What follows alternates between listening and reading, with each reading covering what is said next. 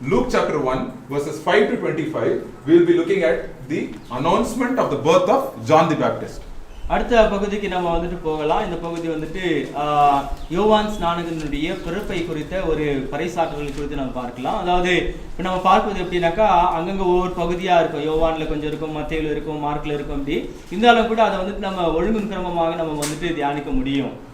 ನಾವಿಲ್ಲಿ ಕಾಲಾನುಕ್ರಮದಲ್ಲಿ ನೋಡೋದಾದ್ರೆ ಈಗ ಲೂಕನ್ ಸುವಾರ್ತೆ 1ನೇ ಅಧ್ಯಾಯ 5ರಿಂದ 25ರಲ್ಲಿ ಇಲ್ಲಿ ಸ್ನಾನಿಕನಾದ ಯೋಹಾನನ ಒಂದು ಜನನದ ಕುರಿತಾಗಿ ನಾವು ಕಲಿತ್ಕೊಳ್ಳೋಣ.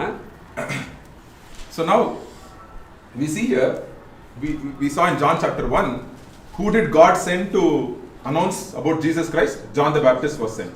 அப்போ நம்ம யோவான் 1ஆம் அதிகாரத்திலே நாம் பார்க்கிறோம், கடவுள் வந்துட்டு பிதாவாகிய தேவன் வந்துட்டு யாரை அனுப்புகிறார்? ஒரு ஒளியை குறித்து பறைசாற்றும்படி யாரை அனுப்புகிறார்? யோவான் ஸ்நானகனை அனுப்புகிறார். ದೇವರು ಯೇಸು ಕ್ರಿಸ್ತನಿಗಿಂತ ಮುಂಚೆ ಒಬ್ಬ ಒಂದು ಶಬ್ದವನ್ನ ಕಳಿಸಲ್ಪಟ್ಟನು. ಅದನ್ನು ಯಾರು ಅಂತ ನೋಡೋದಾದ್ರೆ ಆತನು ಸ್ನಾನಿಕನಾದಂತ ಯೋಹಾನ. So now see God's plan, see how God plans everything. God has a plan for John the Baptist, God has a plan for in Zechariah and Elizabeth's life. God has a plan for everybody's life and we have to trust that plan. பாருங்க, தேவனுடைய திட்டத்தை நாம் பாருங்க. யோவான் ஸ்நானகனுடைய வாழ்க்கையில தேவனுடைய திட்டம், இந்த சகரியா எலிசபெத்தினுடைய வாழ்க்கையில தேவனுடைய திட்டம், இப்படி ஒவ்வொருவருடைய மனிதனுடைய வாழ்க்கையிலும் கூட தேவனுடைய திட்டம் வந்துட்டு வெவ்வேறா இருந்தாலும் கூட அதை நாம் உன்னித்து கவனிக்க வேண்டும். ಇಲ್ಲಿ ನಾವು ನೋಡ್ತೇವೆ ಸ್ನಾನಿಕನಾದ ಯೋಹಾನನ ಜೀವನ ಮತ್ತೆ ಜಕರಿಯ ಎಲಿಜಬೆತ್ ಅವರ ಜೀವನವನ್ನ ದೇವರು ಹೇಗೆ ಹಂತ ಹಂತವಾಗಿ ಪ್ರತಿಯೊಬ್ಬರ ಜೀವನದಲ್ಲಿ ಕೂಡ ಆ ಒಂದು ಕಾರ್ಯವನ್ನ ಮುಂಚಿತವಾಗಿನೇ ಆತನು ಪ್ಲಾನ್ ಮಾಡಿದ್ದಾನೆ ಎಂಬುದಾಗಿ. So for example, Zechariah and Elizabeth, they are the parents of John the Baptist. உதாரணமாக சகரியா மற்றும் எலிசபெத் என்பக்கூடிய இந்த தம்பதியினர் யாருன்னா யோவான் ஸ்நானகனுடைய பெற்றோரா இருக்கிறாங்க. ಇಲ್ಲಿ ಜಕರಿಯ ಮತ್ತು ಎಲಿಜಬೆತ್ ಅವರ ಮಗ ಯಾರು ಅಂತ ನೋಡೋದಾದ್ರೆ ಆತನು ಸ್ನಾನಿಕನಾದಂತ ಯೋಹಾನ.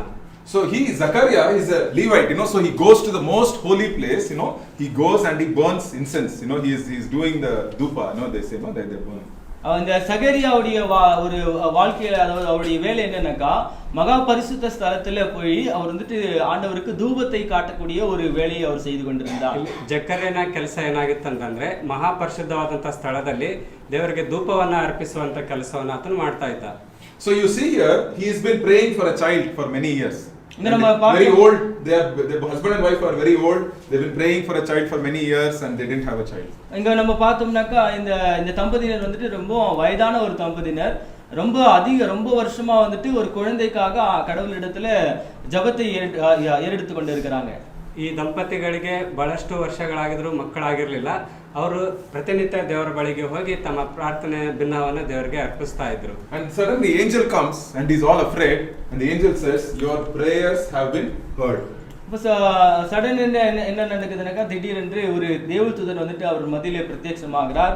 ஆயிட்டு சொல்றாரு வந்துனாக்கா, நீங்க பயப்படாதீங்க, உங்களுடைய வேண்டுதல், உங்களுடைய மன்றாட்டு வந்துட்டு ஆண்டவருடைய சமூகத்திலே எட்டியது என்று சொல்லி சொல்றாங்க.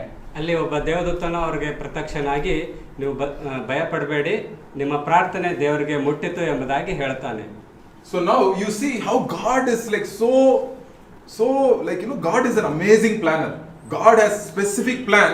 He says, God says that John will be great in the sight of the Lord. He will never drink wine or liquor. He will be filled with the Holy Spirit in the mother's womb. He will turn many of the children of Israel to the Lord. He will go before him in spirit and power of Elijah. He turns the hearts of the fathers to their children, disobedient to the understanding of the righteous, to make ready for the Lord a prepared people. So everything specifically instructions of what is going to happen in John the Baptist's life, God already tells his father. யோவான் ஸ்நானகனுடைய வாழ்க்கையிலே அவர் எப்படியாக இருக்க வேண்டும், எப்படியெல்லாம் இருக்க போகிறார் என்ற ஒரு நுணுக்கமான விஷயத்தை கூட ஆண்டவர் ரொம்ப கச்சிதமா அவர் வந்து திட்டம் தீட்டி அவர் வந்து சொல்றாரு. பாருங்க, அவர் வந்துட்டு என்ன சொல்றாருனாக்கா, யோவான் ஸ்நானகன் வந்துட்டு ஆண்டவருடைய பார்வைக்கு மிகவும் உயர்ந்தவனாக இருப்பான். அவனுடைய வாழ்க்கையில வந்துட்டு மதுபானம் வந்துட்டு அருந்தாம இருப்பான். அவன் வந்து பரிசுத்த ஆவியினாலே அவன் வந்து நிரப்பப்பட்டு அவருடைய தாயின் கர்ப்பத்தில் இருக்கிறான். அவன் வந்துட்டு அநேக இஸ்ரவேல் மக்களை வந்துட்டு தன்னுடைய உண்டாக்கின சிருஷ்டிகர்த்தருக்கு நேராக திருப்புவான். அவன் வந்துட்டு என்ன பண்ணுவான், வந்துட்டு எலியாவினுடைய ஆவியை உடையவனாக இருப்பான். அதன் பிறகு பிள்ளைகளுடைய இருதயத்தையும் பிதாக்களுடைய இருதயத்தையும் வந்துட்டு அவன் வந்து திருப்புவான். கீழ்ப்படியாம இருக்கக்கூடிய அநேக காரியங்களை அவர் வந்துட்டு சீர்படுத்துவார். அதன் பிறகு வந்து பார்த்தபோது ஆண்டவருக்காக அநேக ஜனங்களை அவர் வந்து ஆயத்தப்படுத்துவார் என்று சொல்லி அவர் வந்து இப்படி நுணுக்கமான விஷயத்தையும் கூட ஆண்டவர் வந்து திட்டம் தீட்டுகிறதை ನಾವು பார்க்கிறோம். ಇಲ್ಲಿ ನಾವು ನೋಡ್ತೇವೆ 15-17 ವಚನದಲ್ಲಿ ಕರ್ತನ ದೃಷ್ಟಿಯಲ್ಲಿ ಮಹಾಪುರುಷನಾಗಿರುವನು, ದ್ರಾಕ್ಷಾರಸವನ್ನಾಗಲಿ ಯಾವ ಮದ್ಯವನ್ನಾಗಲಿ ಕುಡಿಯದವನಾಗಿರುವನು, ಅವನು ಹುಟ್ಟಿದಂದಿನಿಂದಲೂ ಪವಿತ್ರಾತ್ಮ ಭರಿತನಾಗಿರುವನು, ಇಸ್ರಾಯೇಲರಲ್ಲಿ ಅನೇಕರನ್ನು ಅವರ ದೇವರಾಗಿರುವ ಕರ್ತನ ಕಡೆಗೆ ತಿರುಗಿಸುವನು, ಅವನು ಆತನ ಮುಂದೆ ಹೋಗಿ ಎಲಿಯನ ಗುಣಶಕ್ತಿಗಳನ್ನು ಕೂಡಿದವನಾಗಿ ತಂದೆಗಳ ಹೃದಯವನ್ನು ಮಕ್ಕಳ ಕಡೆಗೂ ಹಠ ಹಿಡಿದವರನ್ನು ನೀತಿವಂತ ಜ್ಞಾನದ ಕಡೆಗೂ ತಿರುಗಿಸಿ ಸಿದ್ಧವಾದ ಜನವನ್ನು ಕರ್ತನಿಗೆ ಒದಗಿಸುವನು ಎಂಬುದಾಗಿ ಇಲ್ಲಿ ಯೋಹಾನನ ಕುರಿತಾಗಿ ಬರೆಯಲ್ಪಟ್ಟಿದೆ. So the same thing with your life also, your life and my life. God has already planned everything out. All we need is the response of faith.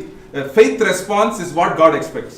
இதே போல தான் நம்ம அனைவருடைய வாழ்க்கையிலும் கூட ஒவ்வொரு விஷயத்தையும் ஆண்டவர் ஏற்கனவே திட்டம் வைத்திருக்கிறார். ஒரே ஒரு விஷயம் நம்ம செய்யணும் என்னன்னாக்கா ஆண்டவருக்கு ಕೀழ்ಪಡಿಯக்கூடிய ஒரு ವಿಶ್ವಾಸம் நமக்கு இருக்க வேண்டும். ಇದೇ ರೀತಿಯಾದಂತಹ ಪ್ಲಾನ್ ದೇವರು ನಮ್ಮ ಜೀವಿತದಲ್ಲೂ ಕೂಡ ಮಾಡಿದ್ದಾನೆ. ಆ ಒಂದು ನಂಬಿಕೆ ಮೇಲೆ ನಾವು ಬದುಕೋದನ್ನ ಕಲಿತುಕೊಳ್ಬೇಕು. So but what happened? The response of Zechariah was not faith. He said, Lord, I am an old man, my wife is also old, so he gives a very faithless, he's giving a very unbelieving response to God. When God has given so much of detail, he says, Lord, it's not possible, Lord, I am old, my wife is also old. Like a very human response. ஒரு சராசரி மனிதனுடைய செயலை போல இங்க வந்துட்டு சகரியா என்ன பண்றாருனாக்கா அவிசுவாசமான ஒரு காரியத்தை பதில் சொல்கிறார். ಇಲ್ಲಿ ಸ್ನಾನಿಕನಾದ ಯೋಹಾನನ್ಗೆ ದೇವರಿಷ್ಟೆಲ್ಲ ಹೇಳಿದ್ರು ಕೂಡ ಆತನು ಲೋಕದ ರೀತಿಯ ಮನುಷ್ಯನುಳ್ಳವನಾಗಿ ಆತನು ಹೇಳ್ತಾ ಇದ್ದಾನೆ, ನಾನಿನ್ನು ಮುದುಕನು, ನನ್ನ ಹೆಂಡತಿಗೂ ಕೂಡ ವಯಸ್ಸಾಗಿದೆ ಎಂಬುದಾಗಿ ಆತನು ಹೇಳೋದನ್ನು ನಾವು ನೋಡ್ತೀವಿ. And so when we need to believe in Jesus that he can do it. That's all. So nothing can stop God's purpose. Whatever God wants to do, God will do. Whether Zechariah had faith or not, whether he had a good response of faith or not, God's will. John the Baptist was still born. இப்போ நம்ம என்ன பண்ணோம்னாக்கா இயேசுவானவர் மீது நம்மளுடைய விசுவாசத்தை நாம் வைக்க வேண்டும். ஒருவேளை வந்துட்டு நம்மளுடைய அவிசுவாசமான பதிலோ அல்லது விசுவாசமான பதிலோ வந்துட்டு தேவ சித்தத்தை வந்துட்டு ஒரு காலத்திலும் அது வந்து தடுக்காது. அதாவது இங்க சகரியா வந்துட்டு அவர் பார்க்கிறோம், அவர் வந்துட்டு சரியான பதில் சொல்லாம தவறான பதில் சொன்னாலும் கூட அது ஆண்டவருடைய சித்தத்தை வந்துட்டு ஒரு காலம் தடுக்கவே இல்லை. அது வந்துட்டு யோவான் பிறந்தாரு, அதுக்கப்புறம் தேவனுடைய காரியங்கள் நடைபெற்றது. ಇಲ್ಲಿ ಜಕರ್ಯ ಆತನು ದೇವರನ್ನ ಬಿಲೀವ್ ಮಾಡದೇ ಹೋಗಿದ್ರು ಕೂಡ ಅವನ ಜೀವಿತದಲ್ಲಿ ನಡಿಬೇಕಾಗಿರುವಂಥ ಕಾರ್ಯವನ್ನು ದೇವರು ಖಂಡಿತವಾಗಿ ಮಾಡೇ ಮಾಡ್ತಾನೆ.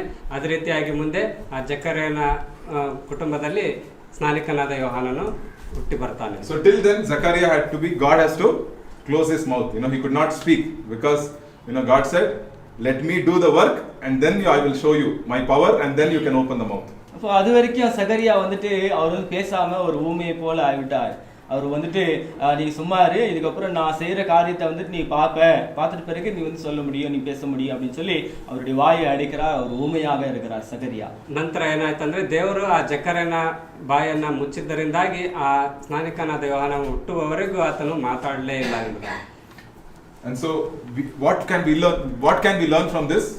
In our life, when God is promising him something, we say, yes Lord, I believe. That's all what God wants us. இந்த பகுதியிலேருந்து நாம் என்ன கற்றுக்கொள்ள வேண்டும்? ஆண்டவர் வந்துட்டு நம்மகிட்ட எதனா ஒரு விஷயத்தை சொல்றாருன்னா அதுக்கு நம்ம வந்துட்டு முதலாவதாக கீழ்ப்படிந்து அதுக்கு சரியான பதில்களை கொடுக்க வேண்டும். ஆம் ஆண்டவரே, ஆம் என்று சொல்லி நாம் சொல்ல வேண்டும்.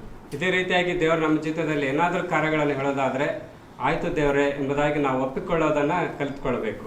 And then within few days, Elizabeth was conceived. Nothing is impossible for God. Elizabeth is conceived and the Lord has done this for me. He has looked with favor in these eyes and he's taken away the disgrace among people.